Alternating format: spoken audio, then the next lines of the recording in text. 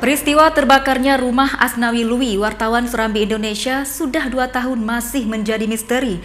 Peristiwa kebakaran itu menghanguskan seluruh harta bendanya serta meninggalkan rasa pilu bagi warga setempat. Beginilah kondisi rumah wartawan Serambi di Jalan Ar-Rahman, Dusun Karya, Desa Laweloning, Kecamatan Lawe, Sigalagala, Aceh Tenggara, yang masih menyisakan puing-puing. Terlihat ada satu unit mobil jenis Honda Mobilio yang terparkir di depan halaman rumah yang juga turut terbakar. Saat ini rumah korban ditempati oleh saudaranya. Sementara itu akibat trauma yang terus menghantui korban Asnawi dan keluarga, terpaksa memilih hijrah ke kota Banda Aceh. Keluarga dan tetangga korban masih merasa trauma atas peristiwa tersebut.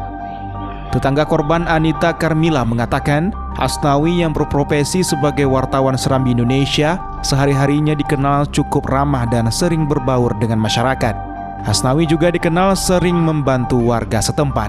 Kalau Pak Asnawi tetangga di sini, dia orangnya sangat baik ya, dia dermawan, banyak menolong orang. Pokoknya yang maksudnya kalau di kampung ini kita tahu lah Pak Asnawi itu memang orangnya banyak membantu masyarakat yang nggak mampu.